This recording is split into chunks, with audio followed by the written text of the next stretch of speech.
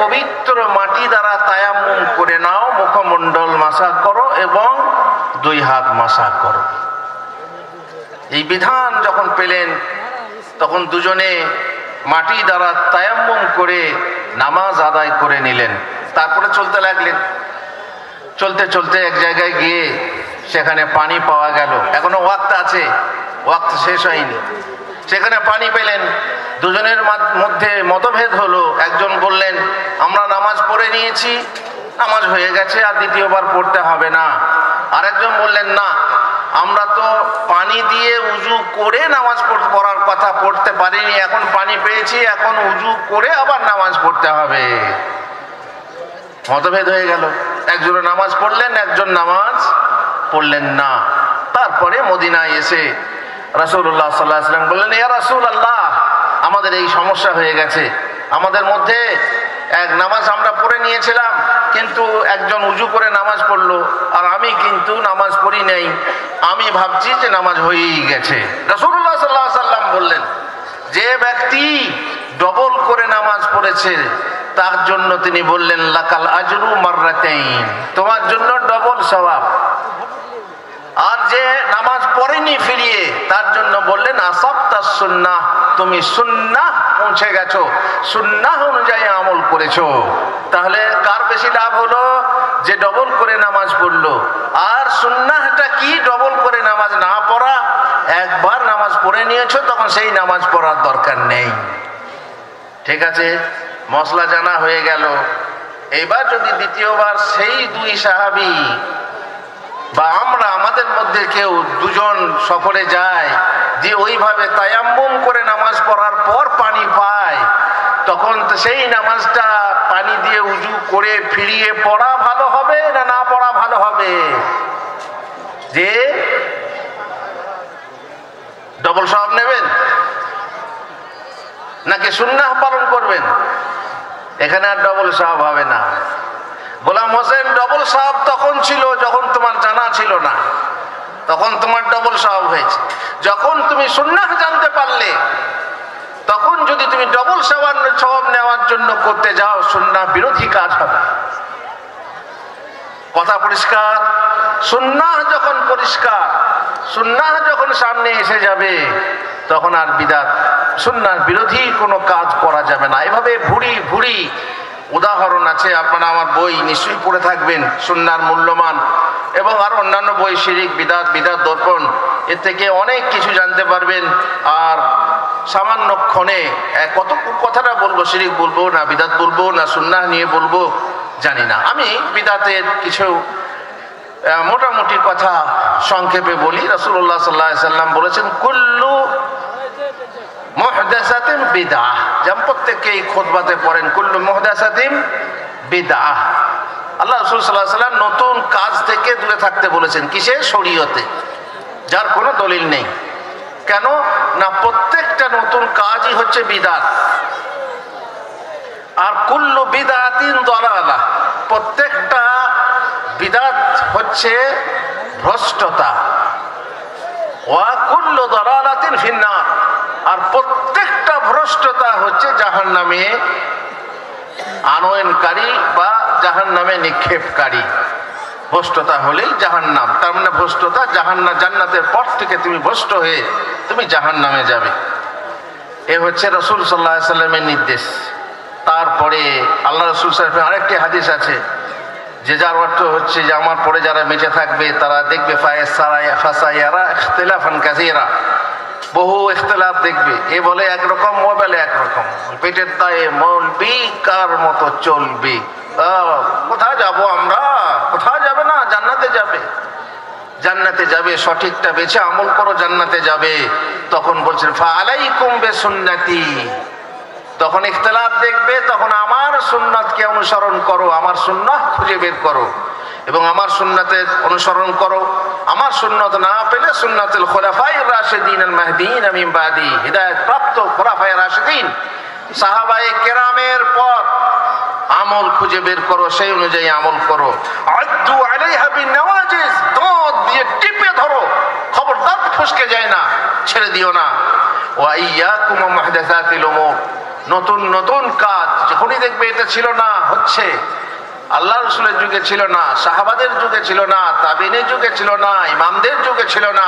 এখন নতুন করে তুমি পালন করছো জন্মদিন, এখন তুমি পালন করছো নতুন করে নবী দিবস, এখন তুমি পালন করছো মিলাদ, অমক তমক, এই সব যেগুলো যখন ছিল না তখন এগুলো নিশ্চয়ই নতুন কাজ, আর তার থেকে বলছেন দূরে থাকো। ফাইন্না কুল্লা বিদআতিন দালালাহ, প্রত্যেক বিদআত হচ্ছে ভ্রষ্টতা। কিয়ামতের দিনে মানুষ পিপাসিত হবে, সূর্য 1 মাইল দূরে নিকটবর্তী হবে, আর সেই সময় সবাই পিপাসিত থাকবে, পিপাসার্থ থাকবে, পানি পান করানো হবে রাসূলুল্লাহ সাল্লাল্লাহু আলাইহি ওয়াসাল্লামের হাউজে কাউসার থেকে। হাউজে কাউসার থেকে পানি পান করতে সবাই আমরা হাজির হব ইনশাআল্লাহ। আর সেইখানে কিছু ফেরেশতা, কিছু লোককে বলা হবে সহকান সহকান, দূর হটো, ভাগো, তোমাদের এখানে জায়গা নেই। কেন জি? বলবে তোমরা এই পানি পান করার যোগ্য নও। কেন? আল্লাহ রসুল বলবেন ওরা আমার দলভুক্ত, আমার দলভুক্তদেরকে কেন ভাগিয়ে দিচ্ছ?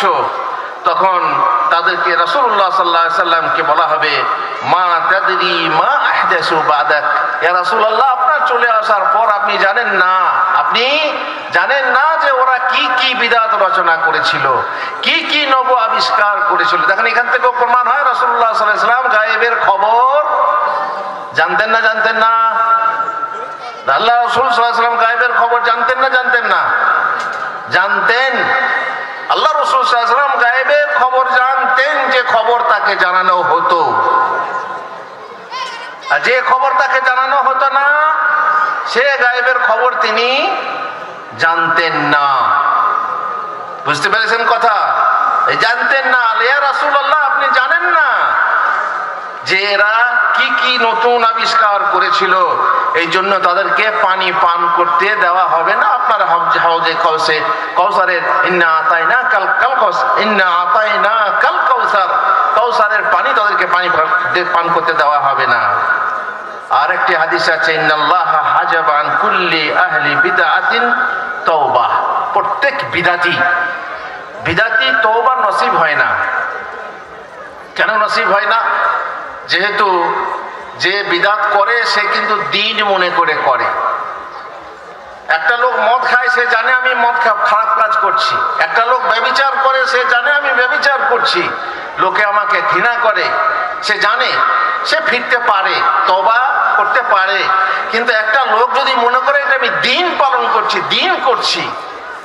তাহলে এটা সুন্নাহ করছি, তাহলে তার কিন্তু তওবা নসিব হয় না। এই জন্যই খুবই একটা অভিশপ্ত আমল যেটা বিদআত, আমিলাতুন নাসিবা, কাজ করে মানুষ শ্রান্ত হয়ে যায়, তবুও তারা তাসলা নারান হামিয়া, চলে যাবে কোথায়? জাহান্নামে।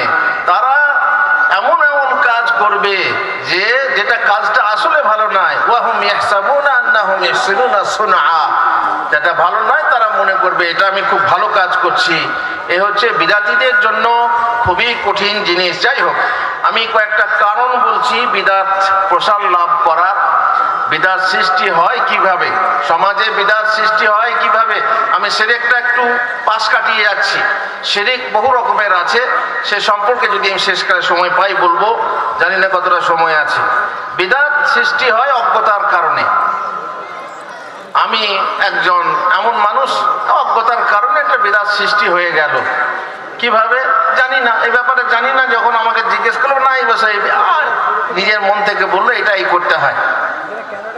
আচ্ছা, কোন এক হাদিসের ব্যাপারে বলো না এটা হাদিসে আছে, এটা কোথায় আছে? বলছে হাদিসে আছে। এবার হাদিসে আছে যখন বলা হলো, দেখা গেল হাদিসটা সহি নয়। তখন কি হবে? হাদিস অজ্ঞতার ফলে অনেক দেখবে অনেক বক্তা এবার সুন্দর সুন্দর হাদিস বলে যাচ্ছে, অথচ সে হাদিস সহি না।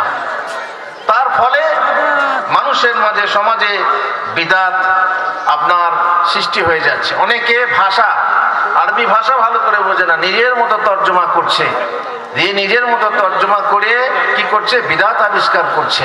এতে না হালে সালে আপনাদের ইউটিউবে আপনি শুনতে পাবেন যে কোরবানির গরু কিনে গরুর গলাতে মালা পরাতে হবে।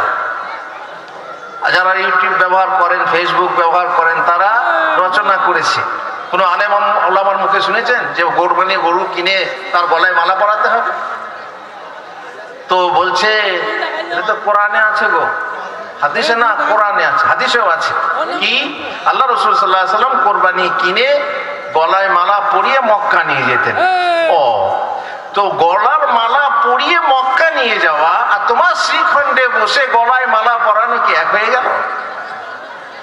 বোঝার সমস্যা, বোঝার সমস্যা। সেখানে মালা পরানো হতো এই জন্য যে যাতে লোকেরা বুঝতে পারতো যেটা কোরবানির পশু, যাতে মানুষ তা সেই পশুটার ব্যাপারে সতর্ক থাকতো। সব খাবো, চোর হলেও কিন্তু কোরবানির পশুতে হাত দেবো না। আমাদের এখনো আছে, আপনার ঘরের চুরি করবে কিন্তু মসজিদের চুরি করবে না। অবশ্য এমনও চোর আছে যারা কোরআনগুলো জমা করে তার উপরে চেপে ঘড়ি চুরি করে, আছে, সে চোরও আছে। কিন্তু তবুও দেখবেন একটু একটু ভালো চোর আর কি, সেই চোর কোনোদিন মসজিদে চুরি করবে না। তো এই জন্য যে গলার হার দেখে লোকে চিনতে পারবে যেটা কোরবানির গরু, চুরি করবে না, ধরবে না, কোনো কষ্ট দেবে না, ছেড়ে দেবে। যেমন আমাদের আজকাল বাজারে দেখছেন তো কিভাবে ছাড়া থাকছে গরু আর কিভাবে ক্ষতি করছে। তো যাই হোক, এই ভাষা না বোঝার কারণে অনেক বিধান। 2 নম্বর হচ্ছে প্রবৃত্তি ও খেয়াল খুশির অনুসরণ। দেখবেন অনেক কাজ আছে যে কাজে স্বার্থ আছে, সেই স্বার্থের জন্য আমাদের হুজুররা বহু বিদাতকে পেলে পুষে রেখেছেন যে এটা চললে তার ভুড়ি ভোজন চলবে। এই জন্যে একজন বক্তাকে, নাম বলছি না, জিজ্ঞেস করা হয়েছিল যে এই যে কেয়াম, এই কেয়ামের দলিল কি? বলছে কেয়ামের কোনো দলিল নেই, এর কি বলে বাহন হচ্ছে অমকের বাহন, এই অমকের বাহন, এই আমি বলছি না সেগুলো, বলছে এর বাহন হচ্ছে মোরগ। তার মানে মোরগ পেলেই এটা করা হয়, তাছাড়া এর কোনো দলিল নেই।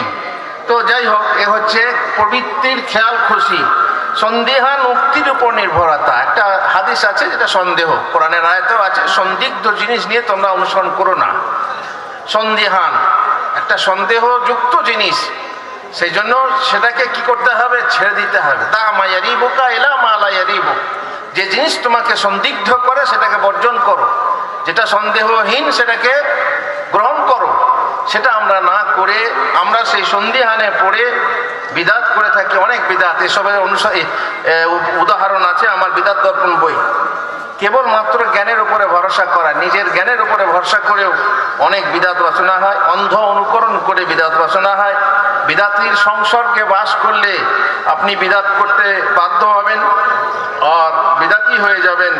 বিজাতির অনুকরণ করে বিদাত করতে পারেন। বিজাতিরা যখন তাদের নবীর জন্মদিবস পালন করছে তখন আমার উম্মত বলছে আমরা কেন করব না? তার মানে নবী করলেন না, সাহাবারা করলেন না, তাবিঈনরা করলেন না, তারপরে আমরা এখন এসে বলছি অমুকরা করছে তো আমরা কেন করব না? তাদের দেখা দেখি আমরা করতে লাগলাম। আমি বলতে ভুলে গেছি, তাহলে হলুদ মাখাটা কি গো? হলুদ মাখাটা কেউ বলছেন বিদাত, কেউ বলছেন শিরিক, আর কেউ বলছেন হারাম।